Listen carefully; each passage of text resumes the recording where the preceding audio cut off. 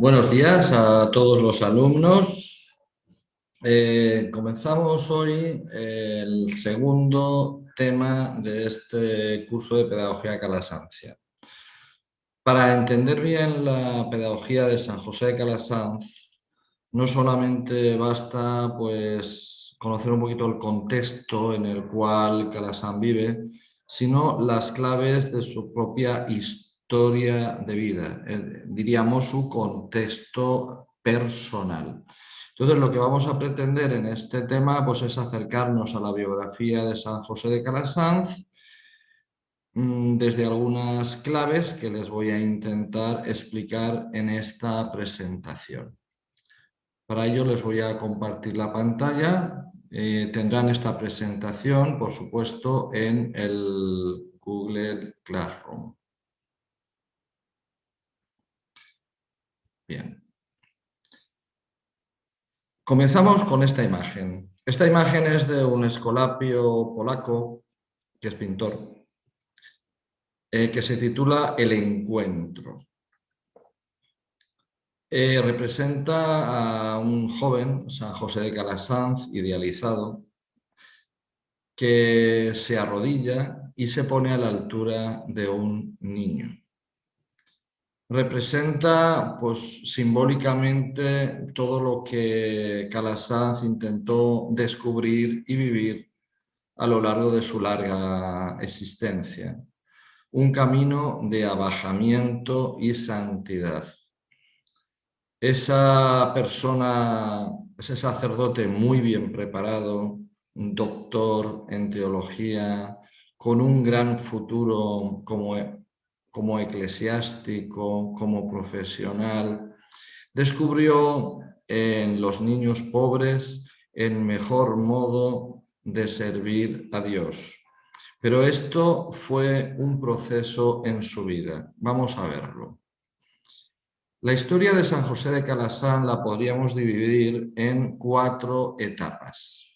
Él nace en Peralta de la Sal en 1557 y es ordenado sacerdote en 1583 a los 26 años. Es la etapa de la infancia y de la juventud. La segunda etapa es sus primeros años de vida como sacerdote en el ministerio en las diócesis a las cuales sirvió. Son 9 años de trabajo intenso pastoral en las diócesis de la Seu d'Urgell, de Lérida. Y en 1592 viaja a Roma. Un viaje, por cierto, del cual nunca volvió a su pueblo natal. La tercera etapa es una etapa muy cortita, pero muy significativa, que es de 1592 a 1597, en la cual José de Calasanz reside en el Palacio de los Colonna, en Roma, y está tramitando una canonjía. Ya lo veremos más adelante. 1597 porque es el inicio de las escuelas pías en Santa Dorotea. Tercera etapa es una etapa muy fructífera en la cual pues, termina en 1621 cuando Calasanz tiene 64 años y cuando se erige la orden religiosa de las escuelas pías. La siguiente etapa es hasta 1646, que es el periodo de expansión de la orden fuerte, el momento de la reducción de la orden, ya la veremos más adelante. Y la última etapa yo le llamaría un epílogo desde el momento de reducción hasta la muerte en 1648. Infancia y juventud, ministerio sacerdotal en España, los primeros años de Roma, la gestación de la orden religiosa, periodo de expansión y consolidación y el epílogo, que es el momento de la prueba de la cruz. Vemos la infancia y la juventud.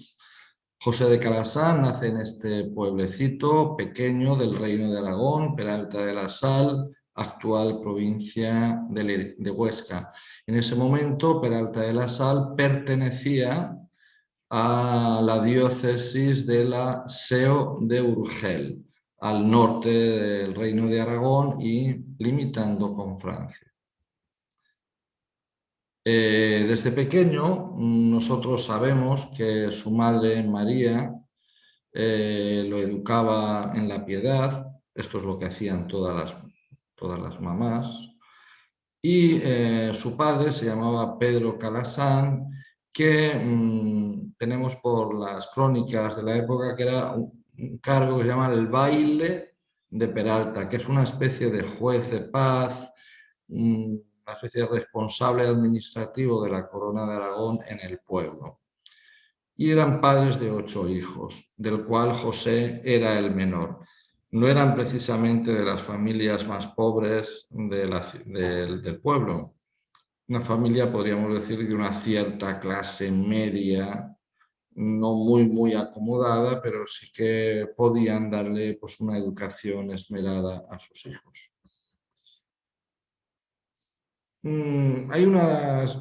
Traemos muy poquito de la infancia de San José de Calasán, algunos detalles.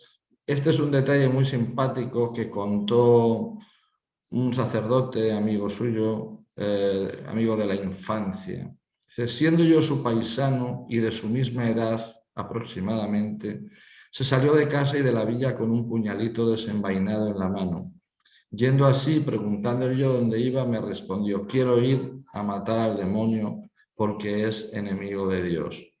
Bueno, es una anécdota simpática, pero que demuestra bien cómo era el niño. Pues el niño era un niño piadoso, un buen muchacho y con un sentido fuerte de querer hacer el bien y querer extirpar el mal de la sociedad. Bueno, entonces, en la espiritualidad de la época, pues se pensaba que el origen de todo mal, de la guerra, pues era el demonio, pues bueno, si encuentra el demonio lo mato y ya se acaba todo.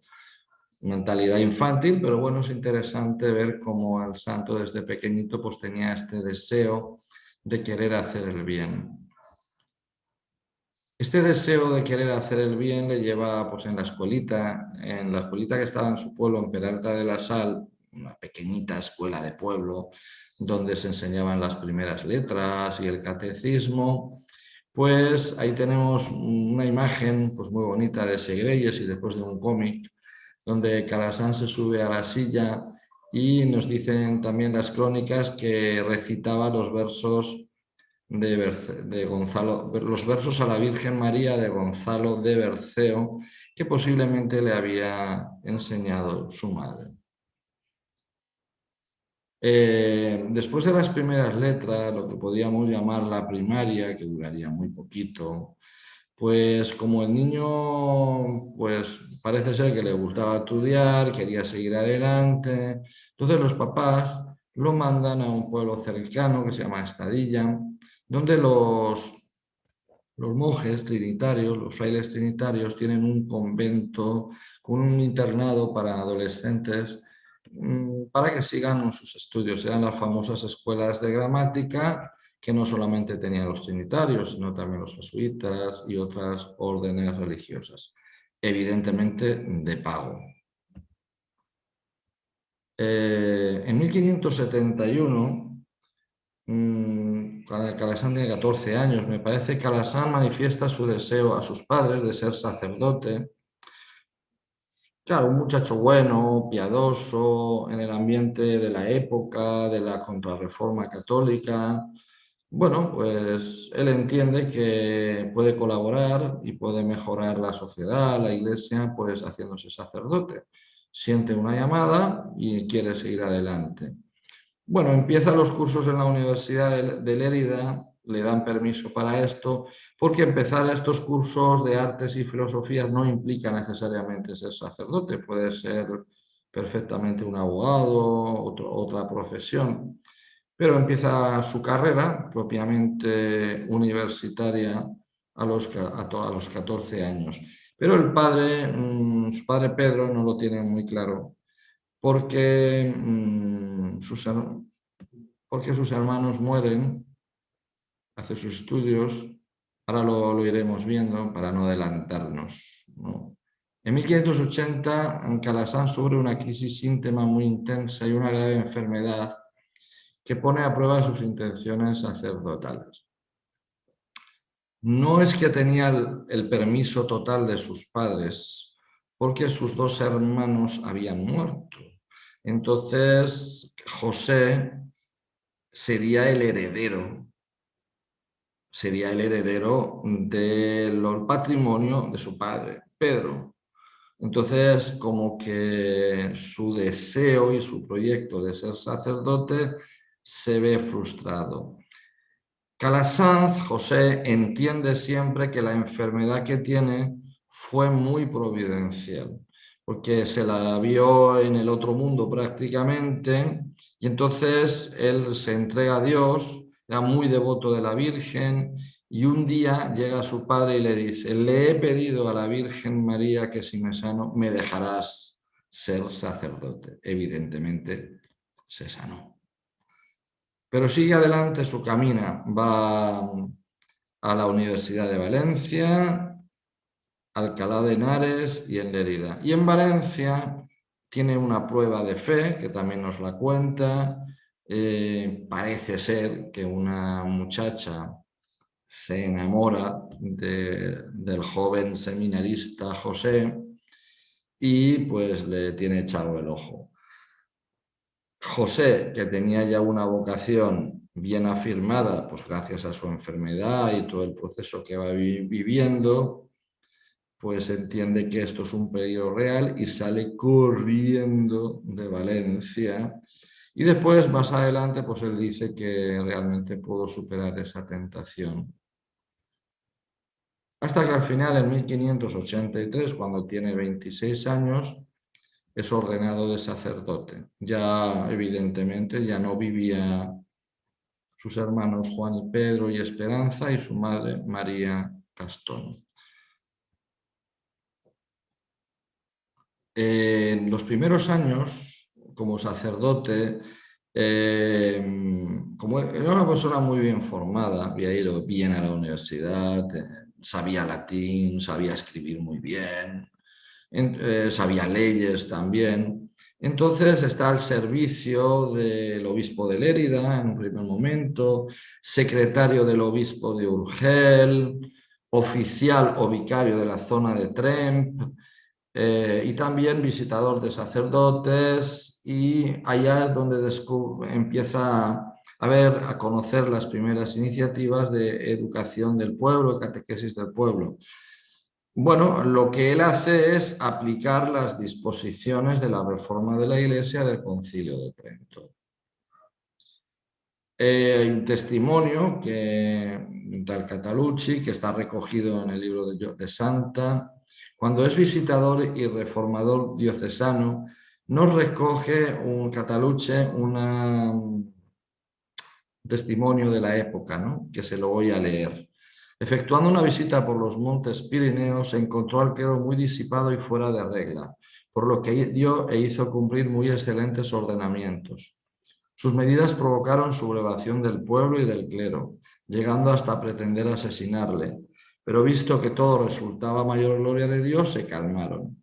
Y en señal de deferencia le regaló a la comunidad una buena cantidad de quesos, mostrándole su gratitud y confesando que hasta aquel momento no habían conocido su propio bien y cuán era excelsa su dignidad sacerdotal. Bueno, pues tenemos ahí un sacerdote con una preocupación muy grande por la reforma de la Iglesia y del clero, con el riesgo que eso le supuso realmente. En 1592 empieza la siguiente etapa, él viaja a Roma. Dicen que tenía la intención de ir a Roma para obtener alguna dignidad digna de sus cargos. Bueno, además de esto, José de Calasanz emprendió este viaje para representar a la diócesis en la que estaba en algunos asuntos. Quizá de paso podría conseguir alguna canonjía en alguna catedral para producir ingresos, estar cerca de su casa y atender a sus hermanas.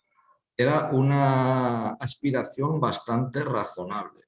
porque el tipo tenía formación para conseguir una canonjía y con un poquito de enchufe y esmero podría llegar a conseguir este cargo que tenía rentas económicas que le ayudarían a vivir sin muchas preocupaciones y dedicado a su misión pastoral, que era lo que realmente le gustaba.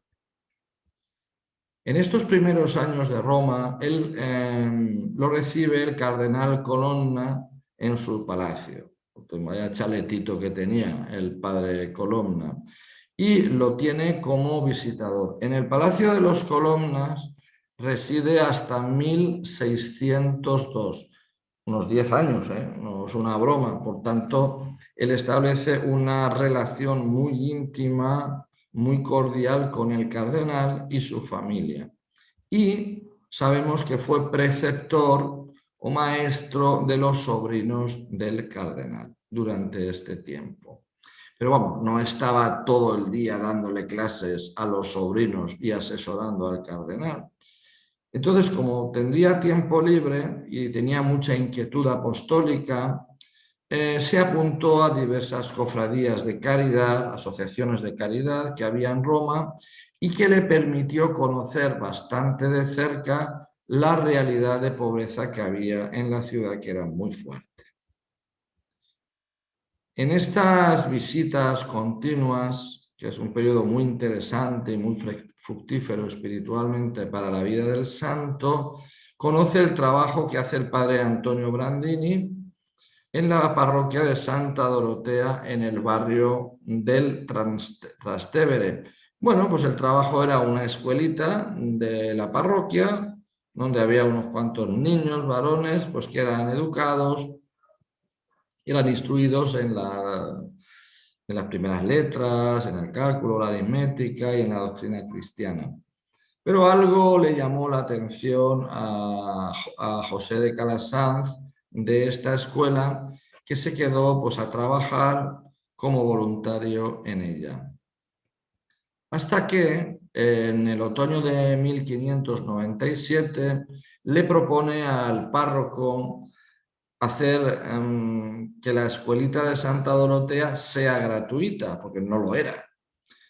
Entonces, con ayuda de sus rentas, de voluntarios, de benefactores, se lanza esta aventura en 1597 y oficialmente nace la primera escuela pública, popular y gratuita de Europa. Imagínense que la escuelita de Santa Dorotea tendría pues unos 15 o 20 niños y de pronto la escuelita se convierte, pues llegan cientos de niños con el desafío que esto implica de buscar colaboradores que le ayuden en las escuelas, de organizar el currículum, el plan de estudios, el sistema de trabajo, de evaluación.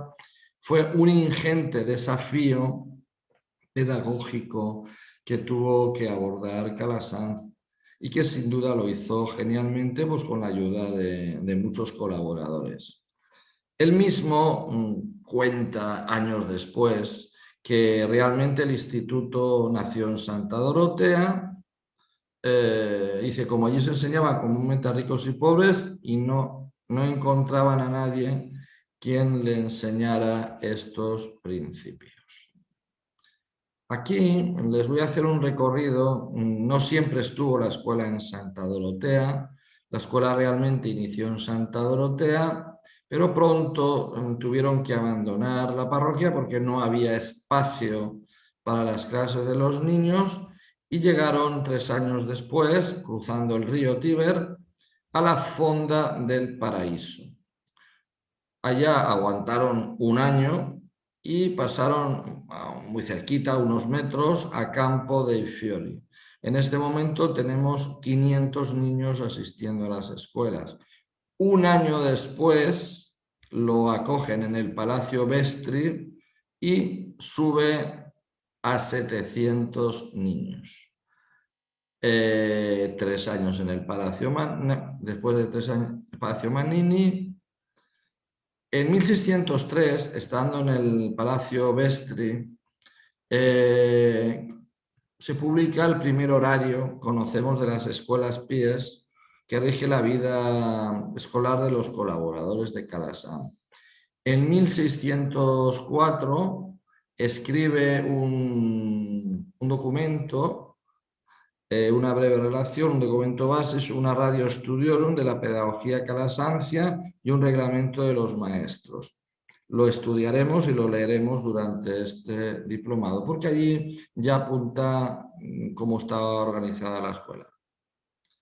En 1604, mismo 1604, decide que los maestros que colaboran vivan en comunidad. Entonces tenemos una comunidad de 18 personas, 7 sacerdotes, 11 seglares que viven en común, sin el vínculo jurídico de los votos, y 12 de ellos eran asalariados.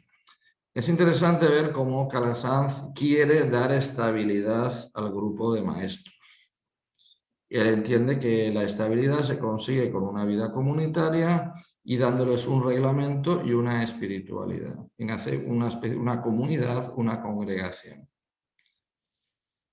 Que conocemos muy bien porque tenemos sus reglamentos. Como el número de escolares va subiendo, le obliga pues, a seguir con la estabilidad, buscando estabilidad. Entonces compra un edificio, el que hoy es la casa madre de las escuelas pías, el Corazón, en Palacio en San Pantaleo. Y sigue con la congregación religiosa, pero había mucha inestabilidad. A pesar de esto, pues tuvo muy buenos colaboradores: Glicerio Landriani, Gaspar Dragonetti, Ventura Sanfellini, Lorenzo Santilli. En 1613 la congregación tiene 11 personas, es decir, no es fácil mantener esto. Habían pasado ya 80 colaboradores y Calasanz tiene 56 años. Imagínense, con 700 niños, tan pocos colaboradores y él mayor. Señor, ¿qué quieres de mí? ¿Qué es lo que quieres? O sea, tú me mandas niños, los estamos atendiendo, la gente está contenta, pero no consigo estabilidad en la comunidad. Entonces se le ocurre unirse con la congregación de la Madre de Dios, porque tenía un amigo que era Juan Leonardi, que era el fundador. También había otro religioso extraordinario, Pedro Casani, que después se quedó con ellos. Dice, bueno, si unimos esfuerzos, podemos llevar a las escuelas pías mejor. Bueno, el invento duró nada, duró muy poquito tiempo, 2 años, hasta fue un fracaso. Pero algunos religiosos de la Madre de Dios se quedaron con Calasanz, entre ellos el gran Pedro Casani. Y entonces les sugieren que, bueno, a lo mejor lo que hay que hacer es hacer una congregación religiosa. Entonces el Papa Pablo V le aprueba la congregación religiosa con votos de castidad, pobreza y no obediencia, y un cuarto voto de enseñanza, que es una novedad en la Iglesia, el tener un cuarto voto de enseñanza, que se llama la Congregación Paulina de los Pobres de la Madre de Dios de las Escuelas Pías. El 25 de marzo del 17 está el inicio oficial de la congregación con la vestición, o sea, el inicio del noviciado, 15 por la mañana en Santa María la Mayor y 14 por la tarde en el oratorio de las Escuelas Pías. Bien, la cosa va marchando.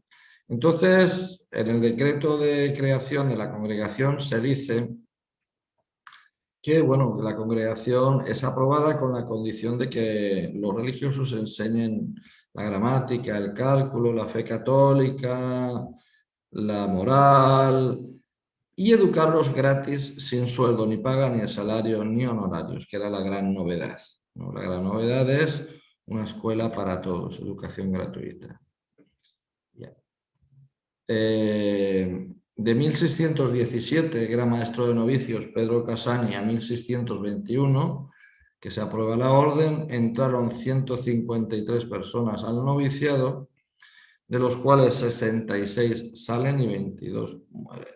O sea, no fue tan fácil el arranque, en realidad, ¿no? Tuvieron muchísimos problemas. Pero a pesar de todo, se van haciendo nuevas escuelas. En Frascati, Narni, El Borgo, Morricone, Nursia, Cárcale, Fanano. Y el Papa manda redactar las constituciones que se aprueban en 1622. Evidentemente, se va consolidando el proyecto de las escuelas pías. Y en 1621 tenemos la elección de la Orden de las Escuelas Pías, se aprueban las constituciones. Entonces viene un gran periodo de expansión. Claro, para hacer orden religiosa ya es como un permiso de primer orden del Papa, de la Santa Sede, para expansión, para expandirse a otros lugares diferentes a los estados vaticanos y a Italia. Entonces, bueno, se expande en la zona de Liguria, al norte de Italia, Cárcare, Savona, Génova, la zona de la Toscana, la zona de Florencia, por supuesto los estados pontificios, tienen nuevos colegios, Nápoles y Sicilia, la zona de Centro Europa, en el antiguo Imperio Austrohúngaro, Nikolsburg, Stanitz, Varsovia, Podoliek. Bueno, en 1646, 2 años antes de la muerte de Calasanz, había 37 casas y unos 500 religiosos. Bien. En este momento de expansión, los escolapios, con su fundador, incluyen la importancia de las ciencias experimentales, innovadas por Galileo, al que apoyan, y también a un filósofo importantísimo en la época, que fue también condenado por la Inquisición, que fue Campanella. Comienzan en esta etapa de expansión, tiene problemas. Tiene un problema con los clérigos operarios, que lo podremos comentar en el debate posterior.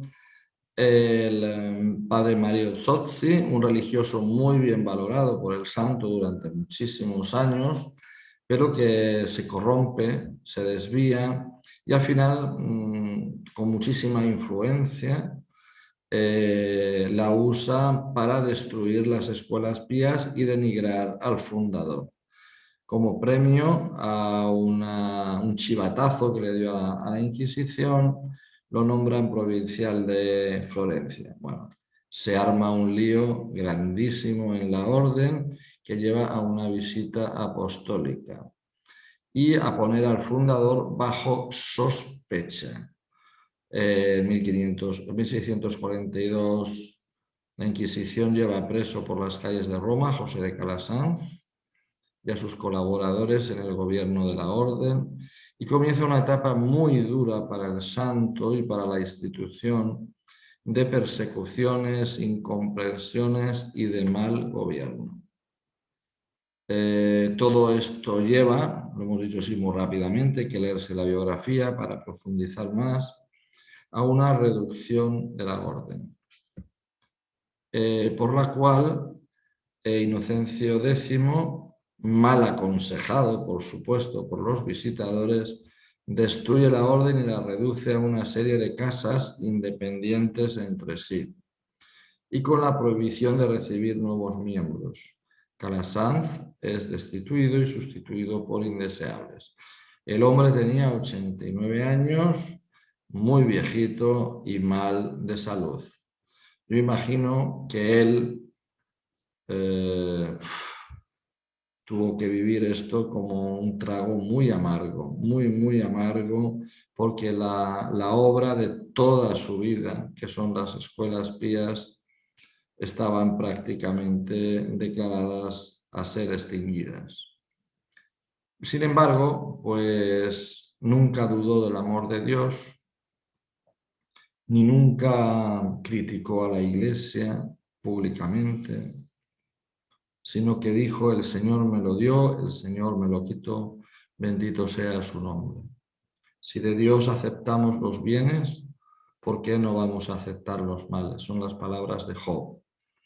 Sin embargo, Calasanz estaba como muy confiado, muy confiado en que las escuelas pías, que es una obra de Dios, pues saldrían adelante. Quizá él no lo vería, evidentemente no lo vio, pero sus seguidores sí que lo vieron. Empezó a escribir cartas animando a sus religiosos a seguir adelante con las escuelas. Muchos religiosos abandonaron su ministerio, pero ninguna escuela se cerró. Y también hubo religiosos muy fieles a Calasanz que siguieron adelante y trabajaron para la restauración de las escuelas pías. Muere San José de Calasanz en 1648, unos días después de haber recibido su última comunión con los alumnos, que era como su gran ilusión, y muere prácticamente pues en el fracaso aparente, ¿no? Como Jesucristo. Sin embargo, pues su trabajo, su esfuerzo, su dedicación, su misión, caló profundamente en muchísima gente, en muchos religiosos, y su obra